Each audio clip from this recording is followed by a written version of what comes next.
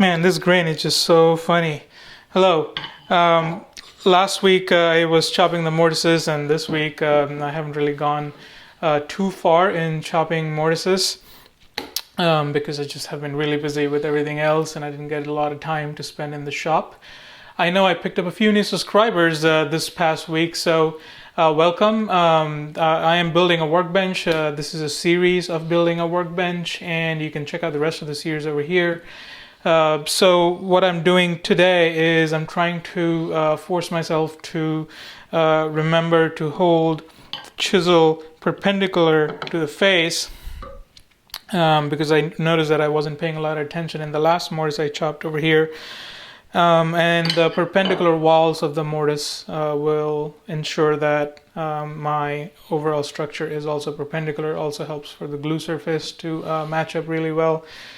Anyway, so I'm just taking these 8 mortises that I have to chop on this bench leg. I'm taking that as an opportunity to train my body, train my mind in learning how to hold the chisel perpendicular, how to lever and whatnot.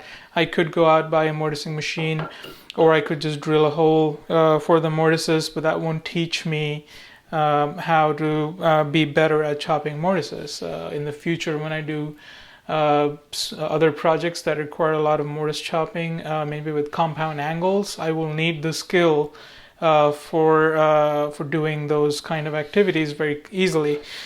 Anyway, so this is just a process of building my my skill level to the point that I can tackle bigger projects. You should subscribe so you don't miss out my future videos on those projects. But right now I'm building the bench. Anyway, so not a whole lot of progress, like I said, this week. These are the 2 mortises that I chopped last week, and all I've been able to do this week is chop 1 mortise, and I'm working on this one.